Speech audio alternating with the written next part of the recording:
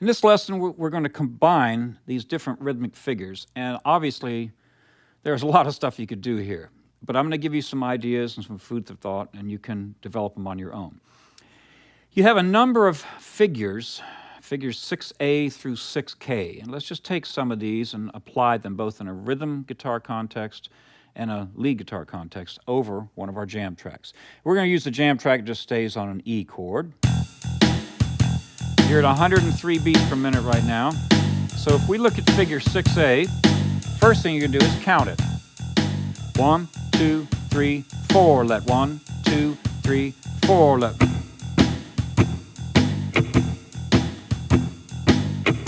I'm using an upstroke at the end. We're on an E chord, right? So we could just go back to our E7 chord, and we got a solid rhythm guitar part that's going to be right in the pocket.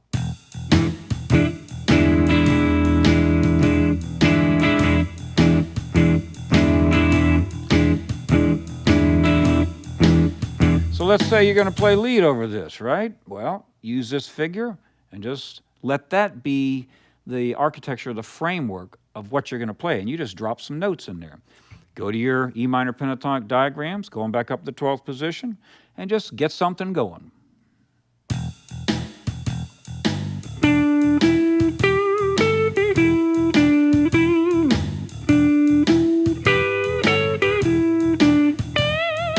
One, two, three, four, let 1, 2, 3. So I had a 2-bar phrase. You see what I did? I actually extended a little bit, but it was that same thing. Or if I go like,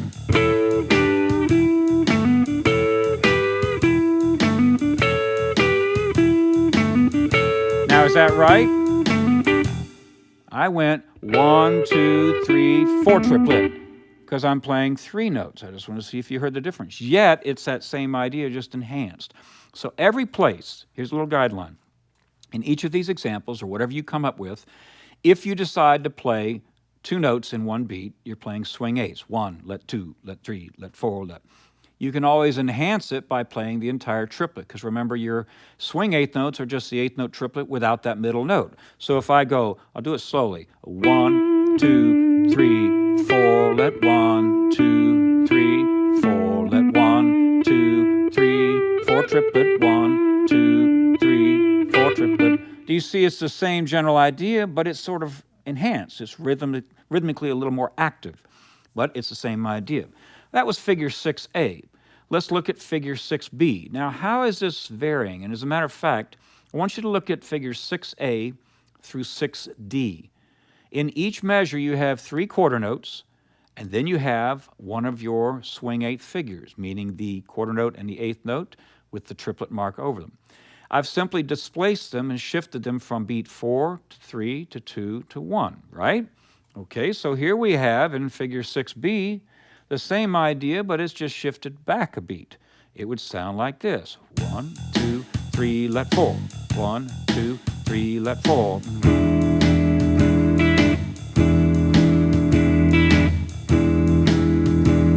Pretty straightforward. Let's play a little line against it.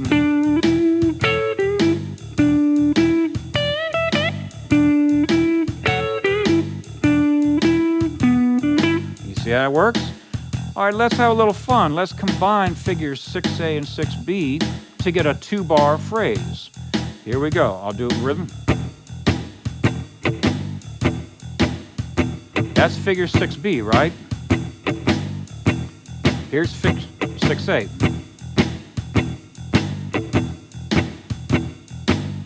So we could put those together like this. So I'll go 6A, 1, 2, 3, 4, let 1, 2, 3, let 4.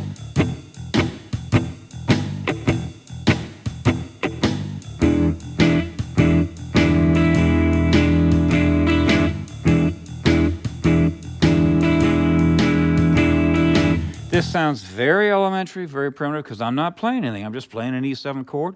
But this is how I might start by saying I want a 2-bar phrase that's not symmetrical. It isn't redundant. I don't play the same figure in both measures. So it's a bigger piece of information. And then I might do something.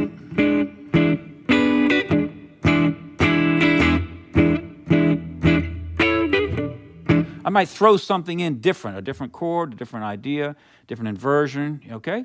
And that's a great way to get off the ground on this. What about your soloing? Let's try that same approach here. We'll go figure 6A and then figure 6B. 1, 2, 3, 4, let 1, 2, 3, let 4.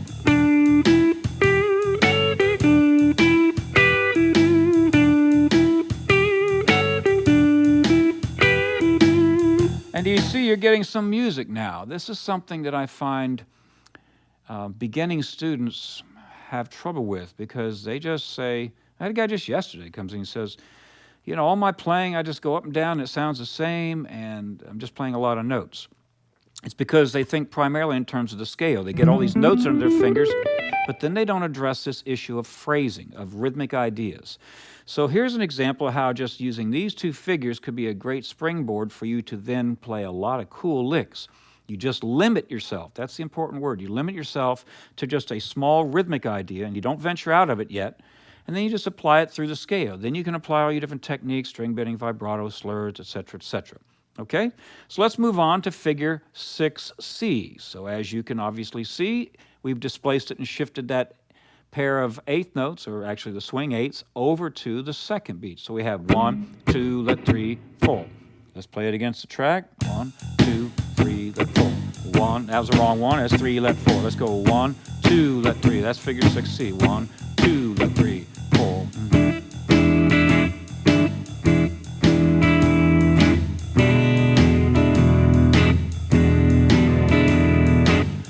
Let's put some of these together. We might put 6C with 6A. All right, let's see what that sounds like.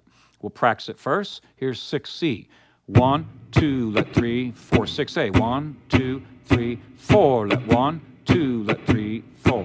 1, 2, 3, 4. See how it's starting to get a little unpredictable. It's not so cookie cutter. And this is probably one of the best ways to enhance your blues playing and any playing where you have to play over a shuffle. And this also applies to your swing playing, you know, your jazz playing, because all this rhythmic stuff is in the swing, obviously. Okay, so let's just play a little bit. We'll do some lead work with this figure.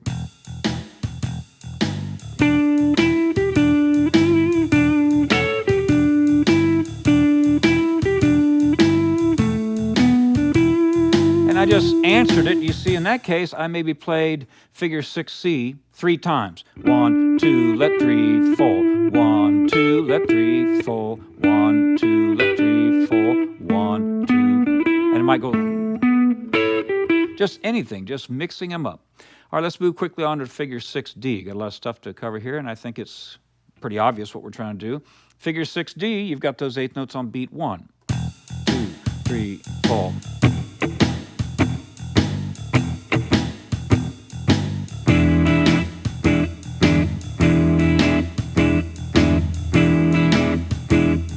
Right? I want to point this out. It sounds kind of elementary, what I'm doing, because I'm not changing chords very much, but I'm playing all the time. Use these as a guideline to get you started, and then perhaps put some rests in there. Now, as the name implies, a rest means you don't play. So if I take figure 6D, and I go 1, 2, let 3, fall. 1, 2, let 3, fall. The point is that I'm playing a quarter note on beat 1 and swing eighths on beat 2. Then I don't play on beats 3 and 4. And that opens these things up and makes them sound a little more in and out of the mix. It's not so elementary, you know, amateur, where you're playing all the time. Remember, you don't need to play all the time. It's better to leave some space for the other instruments in the band. Okay, so let's look at what I've done in figure 6E. I simply combined a figure, and it's symmetrical in that on beats 1 and 3, we have quarter notes. Beats 2 and 4, we have the swing eighths. The symmetry in this helps propel it along, and there's a time and a place for this. So let's count it. 1, 2, let 3, 4, let 1, 2, let 3. Let's. Makes sense? Play a chord.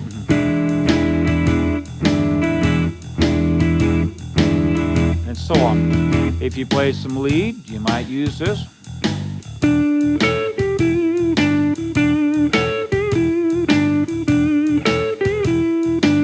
See, it sounds typical of melodies, of themes in blues tunes. Let's go on to figure 6F. Here I've switched it around. It's not symmetrical. The latter part of the measure, beats 3 and 4, are the same as in the previous measure, but we flipped it, so it's kind of tricky when it starts around. Now, so you won't get confused on this, I'm going to play a little more slowly here.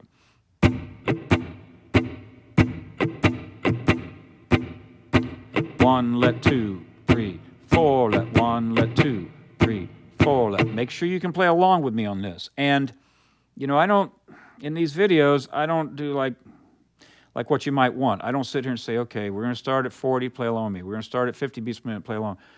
You got a metronome at home, you can do that. That's the discipline of you knowing what you need to work on, okay? So get that metronome or drum machine out and practice these at a slow tempo, then gradually get up to the tempos that these jam tracks are in.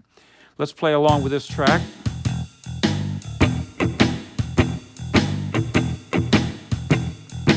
One, let 2, 3, 4, let 1, let 2, 3, 4, let.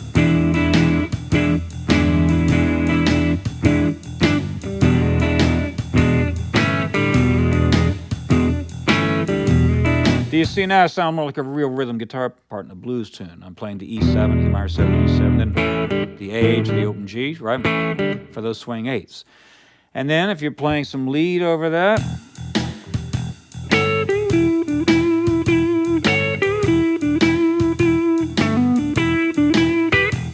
and then next thing you know, you're probably going to just start shooting off and playing some cool stuff on your own. You'll be in the grid, and this will help you. But if you aren't comfortable, don't start trying to just be Mr. Creative.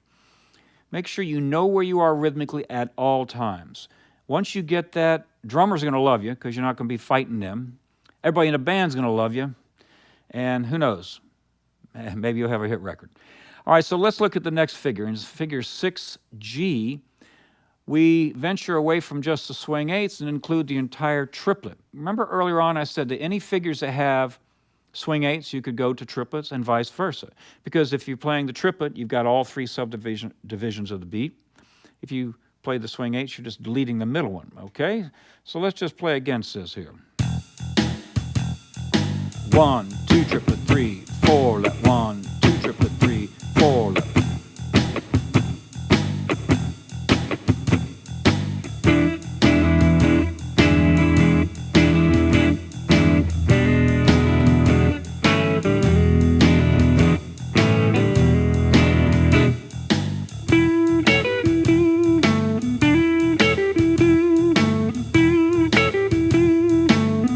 I just demonstrated the rhythm guitar part and the lead part using Rhythmic figure 6G. In figure 6H, we have the triplets up front and swing eighths, quarter, swing eighths. So here we go. 1, 2, 3, 4.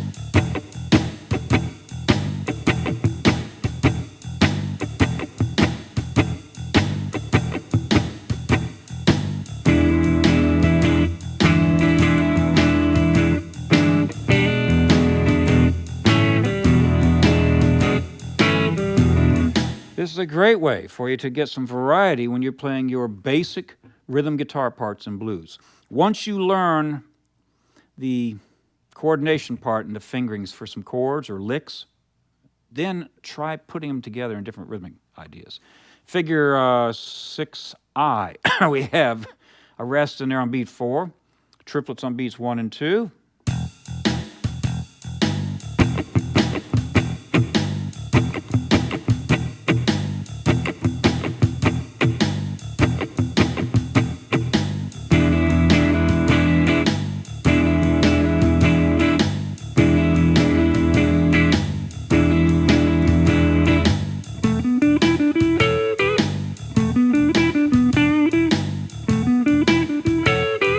Get the idea.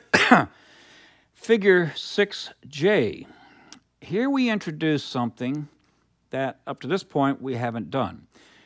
You either rested or you played on every beat. The first time we rested was in the previous example. I mean, I talked about how you could leave it out. But in figure 6J, you will notice a tie from the let of 2, and that's the way we would term it, because you have 1, 2, let 3, 4 triplet, 1, 2, let 3, 4 triplet. Okay? You know what I'd like to do on this one so that you feel it? Let's go back to our slow blues track. This is very slow. 1 triplet, 2 triplet, 3 triplet, 4 triplet, 1, 2, let 3, 4 triplet, 1, 2, let 3, 4 triplet. It's real easy to push the tempo on these. Make sure you lay back, you don't push it. Back to what we had, if you're playing along, let's say right here. Now in this, we got the E7 and the A7, so you might go like...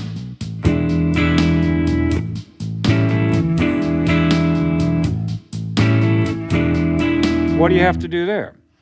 If you have that E7 tied over, you're going to clash because the chord's going to an A7. You've got 2 beats of E7, 2 beats of A7. So this figure's not going to work unless you actually put a rest in on beat 3, correct? So let's go back to some of our other shuffles.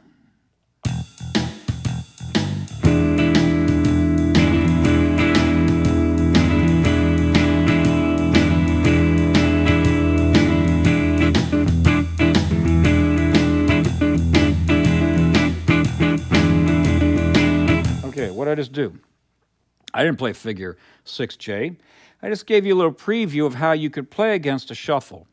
And yet I was in the pocket. Everything I did was on one of those 12 slots in the measure. But once you understand this, you can have a ball playing rhythm guitar. All right, let's go ahead and apply. I don't want to do the fast tempo there for you. Let's slow it down a little bit here. We're going to play figure 6J. 1, 2, let 3, 4 triplet. 1, 2, let 3, 4 triplet.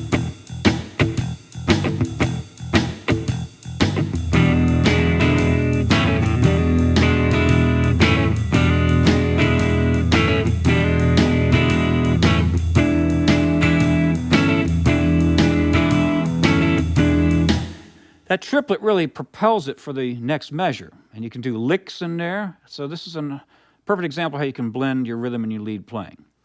Let's look at figure 6K. In this case, you've got a bunch of ties, don't you? And if we did that with a slow blues, it would be 1, let 2, 3, 4, 1, let 2, 3, 4, 1, let 2, 3, 4. The reason that I'm showing you these ties is that you'll sound amateur, as I mentioned earlier, if you play all the time. Now comes the homework part. This is where you have to do your part. Obviously, I didn't write out every combination because there are quite a few. What I suggest you do is that you just systematically write out some rhythms, and you might say, well, I don't care about reading music. I don't want to mess with this. Well, that would be foolish. If you write out these rhythms, and just do a little bit every day or a little bit every other day, write out 1 or 2 figures and then count it and then play it with deadened strings and then apply it to your rhythm playing and your lead playing, you'll be amazed how you start to have an internal clock. And you'll have a huge inventory of actually being able to create patterns on the fly. It'll also technically equip you for all the little tricky things that might happen playing in and out of the beat.